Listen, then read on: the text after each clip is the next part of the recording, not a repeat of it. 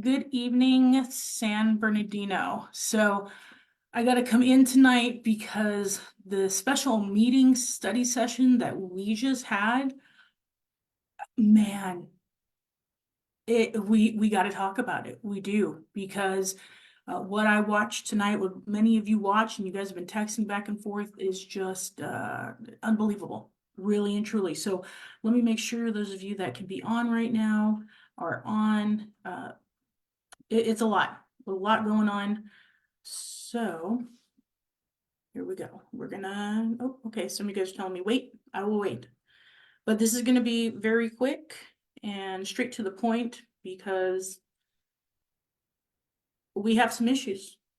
Okay, we are live. All right, perfect, thank you. All right, so let's jump in. Let's jump in. The first big issue of the evening that we were talking about was the redevelopment of City Hall. So I talked to you in the last meeting about Montoya's plan to pull out bonds, which in essence, you guys, is a big city credit card. That's where the understanding is to tell you what this is. So tonight, he tells the council that he's already gone out, got the bond people, went and found the lawyers, already spoke. Now, remind you, this is the guy that just got here, right? We've been on vacation for over a month that he's been here. That he's already gone out and had every conversation ever had, and he's gonna go take upwards of 80 million. He said 74 at one point, $74 million out on bond with no estimate to the actual cost of what it would take to restructure City Hall. And then he said that there would probably be an additional $16 million left over out of the 74 for other needs. And Councilwoman Calvin spoke up and said, who told you to go do this? Who gave you direction? And you guys are not going to believe this. He told her, I didn't need your direction. He didn't need her direction or the council's direction to go and prepare us to take on a $80 million debt on a building that no one has done an assessment for in over 3 years. And that he went and he has a signing authority for people for up to $100,000 per contract without council approval, and then said, oh, everybody that's working on this is going to be reimbursed when we get the bond. I'm sorry, who has given the authority for this bond?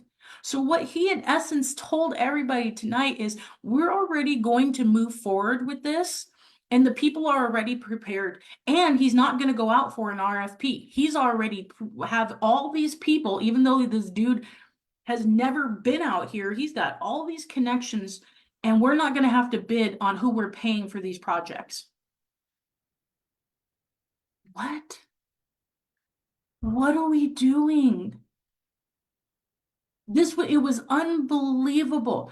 Councilwoman Calvin again asks, what about grant opportunities? What about the money? Then he comes out right out and tells her, oh no, there's no money for this project. There's no nothing. I went and well, she said, well, what about the federal level? Have we talked to Pete Aguilar's people? No, there's nothing there. Well, you just told us you never spoke with them.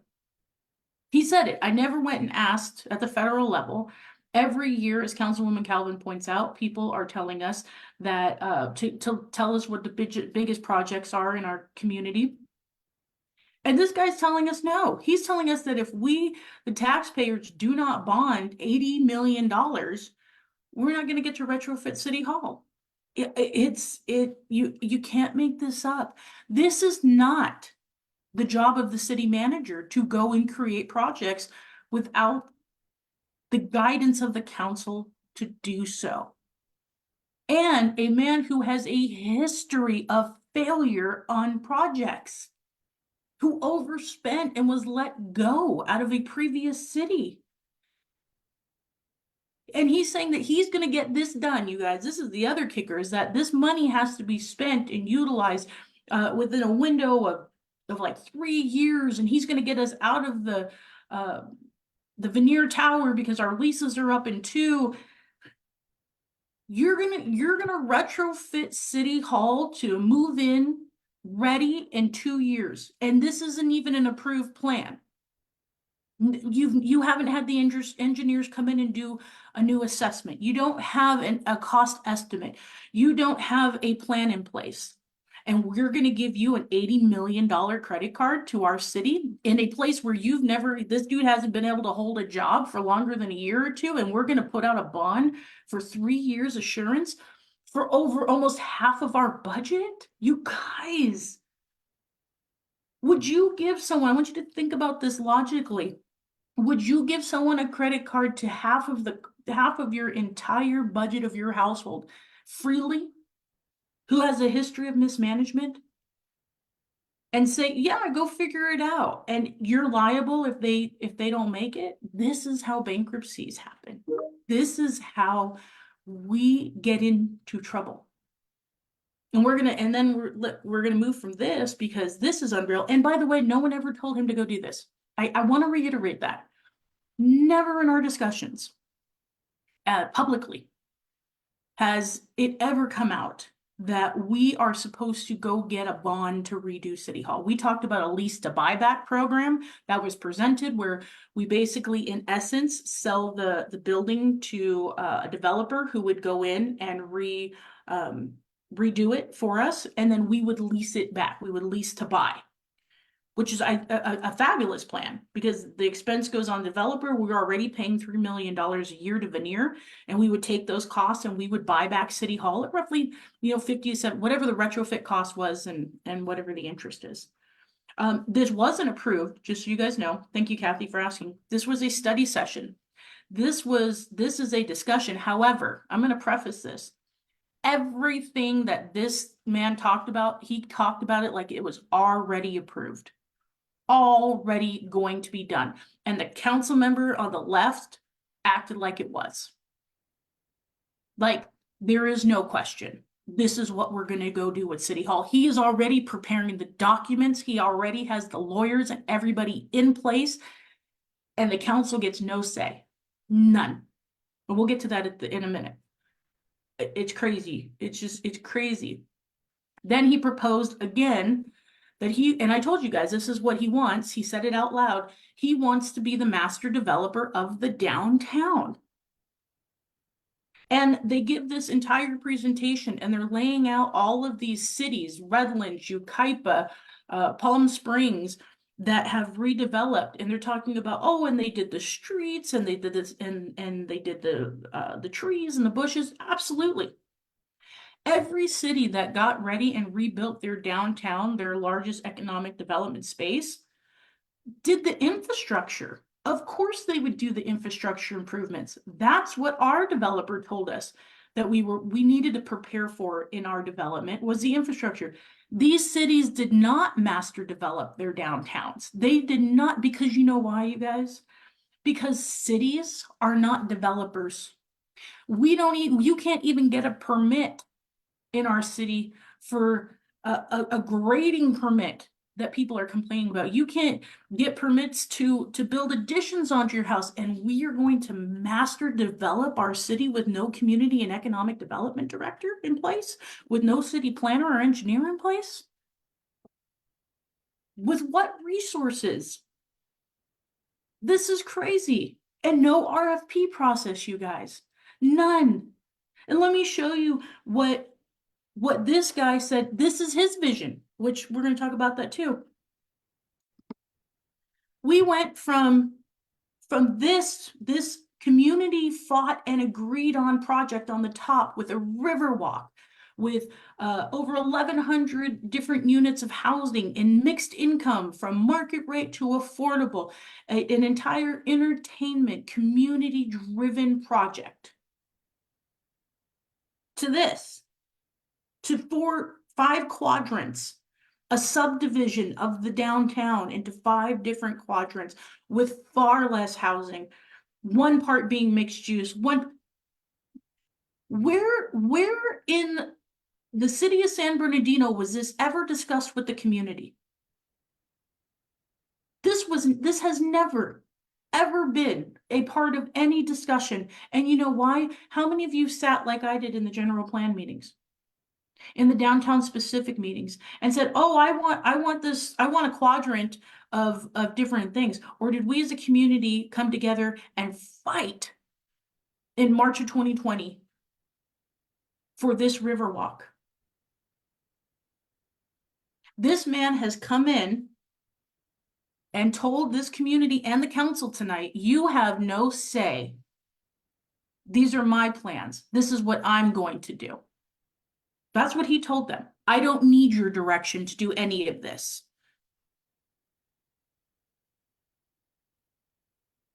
And I'm gonna make sure that everybody is very well aware. This is not Charles Montoya's plan. No. This plan has been out publicly. However, Ben did, thank you, Ben, for telling the community that behind closed doors, the city's been talking about master developing the downtown for quite a while. Because this plan is John Valdivia's plan. This is the plan that Valdivia had when he tried to sell our downtown to the Chinese government. To subdivide, to parcel it out to the people that were giving him money and the council people that he funded. This is why that business roundtable meeting was held. This is where Charles Montoya laid out this new, never directed plan to a bunch of developers with John Valdivia, Fred Charette, Juan Figueroa, Bastien Richard, James Penman, and every other person in a room at one of Valdivia's previous donors. San Bernardino, this is happening in real time, in a real space. They are planning to take us back to 2019 and put these people back into place. Bastien said it last night. She's endorsed by Fred Charette and Juan Figueroa and Theodore Sanchez and John Valdivia. What are we doing here? What are we doing here? And look, I try to be as calm as possible, but I can't even fathom how we just watched a meeting where the city manager said, I don't need your direction. He already has his direction. And Councilwoman Barr was sitting there, oh, this is so great. Oh my, are you kidding me? What about the community? What about us? What about everything that we have said and fought for and used our time and committed to? It doesn't matter, because this is how the politics are played out in our city. This is why we don't prosper, because it's already being dealt with behind the scenes. And thank goodness for Councilwoman Calvin. Because other than that, everybody's cheering us on. Thank you guys so much for letting Valdivia run the city. I want this community to understand something. Do not be so thirsty for something that you will chase the mirage. Because that's what this is. We all want to see the downtown redeveloped. We all want to see City Hall moved back into, but at what cost? An $80 million credit card that we're going to default on? A downtown that'll be subdivided to the highest bidders? Going backwards after everything we fought for? Ask yourselves this question. Go watch the video for yourself. Where is the direction from our city council after 3 years and 1 month of this? Where did any of these discussions come from? Where is the community input? Where is the community benefits agreement that we had fought to have into place? I couldn't believe, Ben, what a great, beautiful. Did you hear anything about a community benefits agreement, Ben? Not with the city being the master developer. Did you hear anything about people going out for an RFP? No. They said they weren't going to do that. Where is the specific plan? Where was any of this brought prior to even holding a study session? Where was any of this brought to the commissions with the community in place? Where's Placeworks, as Kimberly Calvin asked? Where is the over $5 million? And they set up for 10 years and $10 million that this community has put the bill for a plan that doesn't exist. And you know why we don't have a general plan? Because this is the only way that you can pull stuff like this off. If there's a plan in place, this Yahoo can't just come out of nowhere and create Valdivia's vision. You guys, none of this is by mistake. None of this is happening by mistake. The people that you see in this picture with the addition of hand-picked candidates running, they don't want this city to prosper. They want it to be sold out and sold from underneath your feet. And tonight is the perfect example. Don't let anybody tell you that these are just discussions, because they're not. If you watch the way they were discussed, Montoya is already moving forward with them. And there wasn't a word from Theodore Sanchez or Juan Figueroa tonight, which means this plan is already in place. Be aware. Be vigilant, San Bernardino. Do not let anybody kick you out of your own future. Because when the money is gone, when we're back in bankruptcy court, we have nobody to blame because it's being done in plain sight. You got to speak up. You have to show up for yourself, because this is outrageous. I couldn't wait. I wanted you guys to know what was happening. Watch the video. It's online, and share this. Just share this, because this guy is not here by accident. His resume was slid across the table on purpose. And the lady that did it got $100,000 promotion. And less than 30 days later, he was meeting with Valdivia.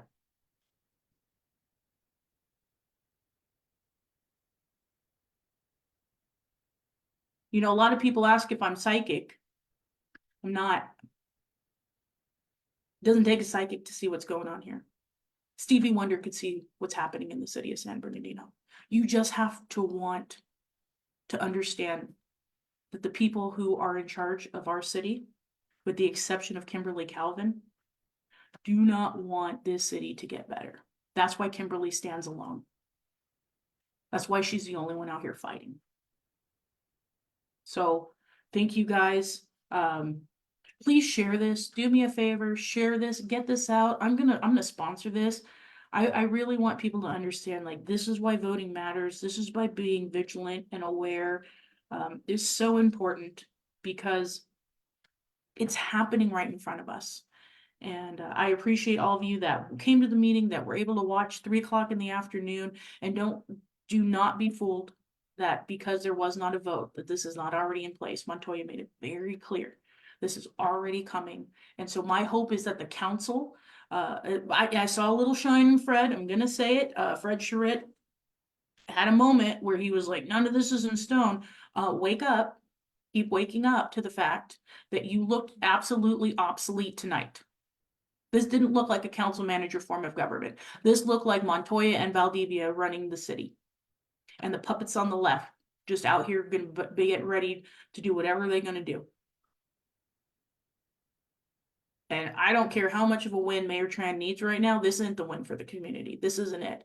Don't just sit and be your cheerleader on a losing team. Because history never fares well for you guys like that. Ever. Not at the expense of the community. So, all right. Thank you guys. Post in the comments. I see all of them. Thank you, Lisa, Tim, Paula, Kathy. I want to make sure I see everybody. Anna. But yeah, just get the message out. And thank you, San Bernardino. Have a great rest of your night.